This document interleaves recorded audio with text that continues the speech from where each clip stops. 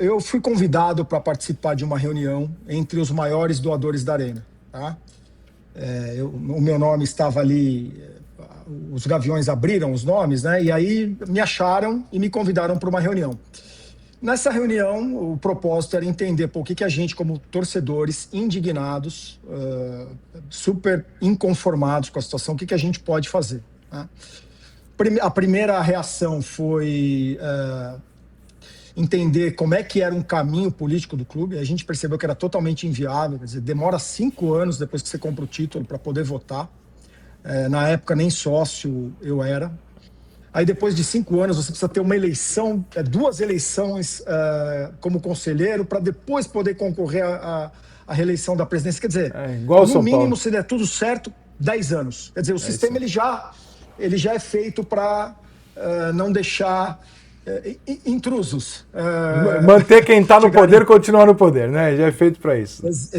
Exatamente. E aí nós percebemos que, pela trajetória da dívida do clube, e pior do que a trajetória da dívida, os incentivos de uma associação, e a gente pode conversar sobre isso também, tá, Ricardo? Porque se a gente for olhar o São Paulo, o Santos, eles vivem problemas análogos ao do Corinthians, né?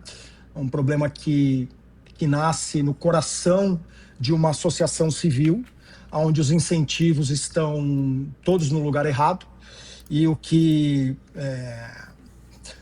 dita o comportamento das pessoas dentro de uma entidade, de uma organização, são os incentivos e as punições. Né? Então, a hora que a gente olhou para a trajetória da dívida do Corinthians e para um sistema que politicamente não tinha a menor condição de abrir mão de interesses pessoais para poder entrar num plano disciplinado de longo prazo, que foi o que o Flamengo conseguiu fazer, por exemplo, a gente chegou à conclusão que o Corinthians ia, em pouco tempo, precisar se transformar numa SAF. Então, sendo esse o desfecho dessa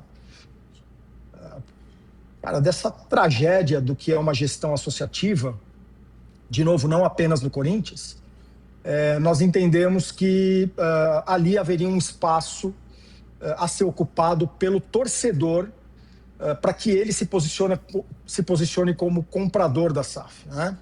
A gente não diz que é uma operação de venda, porque no final das contas o time continua dentro da comunidade. Então, quem pode comprar ações da Safiel com direito a voto são torcedores vinculados ao programa sócio-torcedor do Corinthians, que vai ser reformulado, não vai ser esse que está aí. E, além do torcedor, os associados do clube, da associação, também vão poder comprar ações com direito a voto. Então, o clube permanece dentro da comunidade. Isso, obviamente, que para nós, como corintianos, também tem um aspecto ontológico muito importante. Afinal de contas, o Corinthians é um time que veio, de fato, que foi construído a partir da união daqueles que tinham pouco, né? Por isso que a alcunha de time do povo.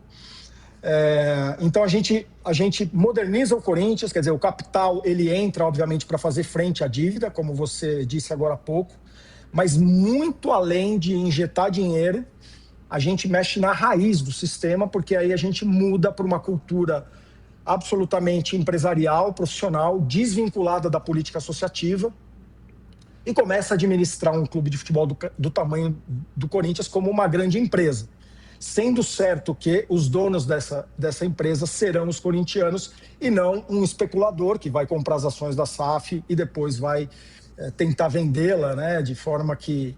Não é um IPO, né? Eu não posso comprar uma ação do Corinthians, por exemplo, e me tornar um dos sócios. Só se você tiver o plano fiel torcedor. Então, se você quiser fazer um plano fiel torcedor e pagar, ou seja, você precisa estar adimplente para poder votar, né? Você vai se travestir de corintiano e vai poder fazer parte da SAF. Tá? Mas você vai perceber também, Ricardo, que nós montamos um modelo de governança, de eleições, de representatividade, que nenhum indivíduo vai conseguir individualmente controlar absolutamente nada. Então é uma SAF, a gente demorou quase 12 meses, Ricardo, aperfeiçoando o modelo societário dela. É muito interessante porque a gente foi das sedes da torcida organizada até os banqueiros da Faria Lima, validar o modelo com todas essas pontas, né?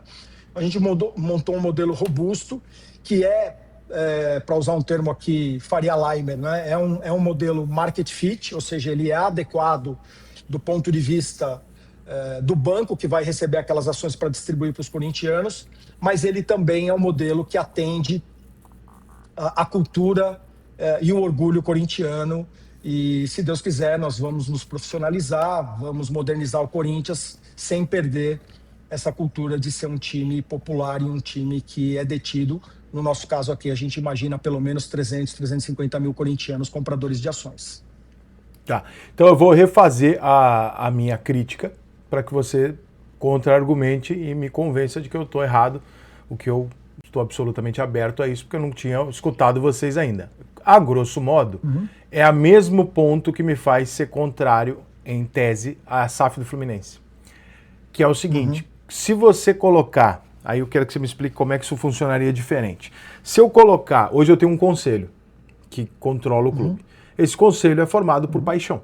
E são os caras que olham lá e falam assim, tá tudo uma merda, mas porra, se perder o Memphis Depay amanhã, nós vamos perder pro Palmeiras, então renova essa porra e a dívida vai pro caralho, que é o que acontece em todos os clubes do Brasil. Né? Você tem um monte de gente apaixonada que aprova as coisas e vai fazendo vista grossa, e vai botando filho do amigo, filho de não sei quem, e vai ficando e tal. Isso aí é um padrão entre clubes brasileiros, não é o Corinthians ou esse ou aquele, São Paulo igualzinho.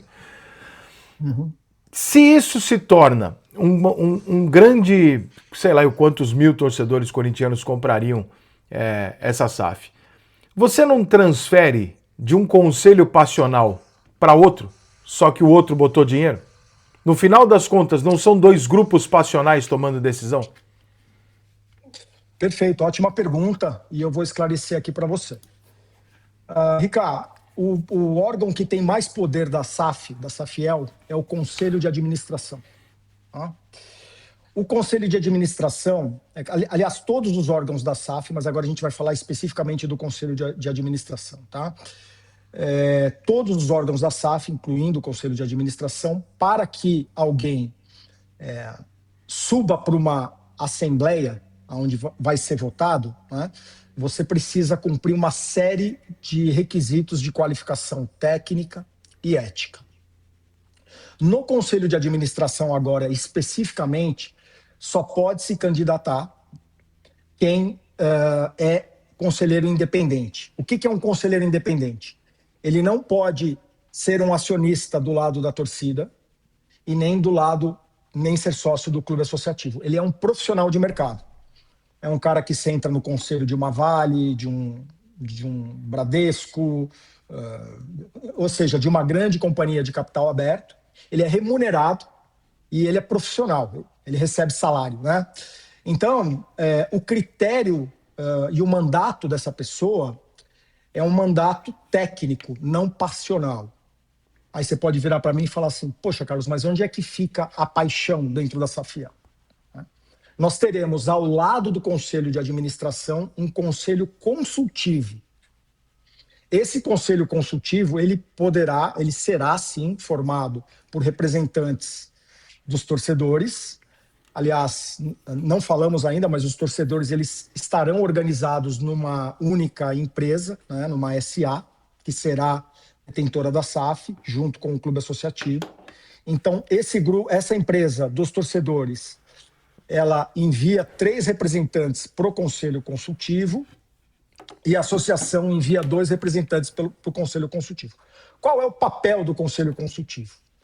É trazer o elemento paixão para o Conselho de Administração. Entretanto, o Conselho Consultivo ele não tem mandato executivo, ele não assina, ele não tem poder de contratar, de assinar contratos, ele é simplesmente alguém que dialoga com o Conselho de Administração. Então, assim a gente faz um blend, né? A gente faz um mix de profissionais com mandato e de torcedores ali ao lado, vamos dizer assim, trazendo a paixão para esse Conselho de Administração, porque a gente também não quer uma gestão absolutamente fria, né? Um clube de futebol, hoje, Ricardo, ele, além de uma entidade esportiva, ele é uma empresa de entretenimento, ele é uma empresa de mídia, né? Então você precisa ter ali precisa estar na mão de grandes profissionais, Ricardo. Não pode estar condicionado ao humor da segunda-feira. Eu vou tomar uma decisão por causa do que aconteceu no domingo. Não, isso não existe, né? E não pode também deixar de se enxergar como um negócio que extrapola as 4 linhas também, né?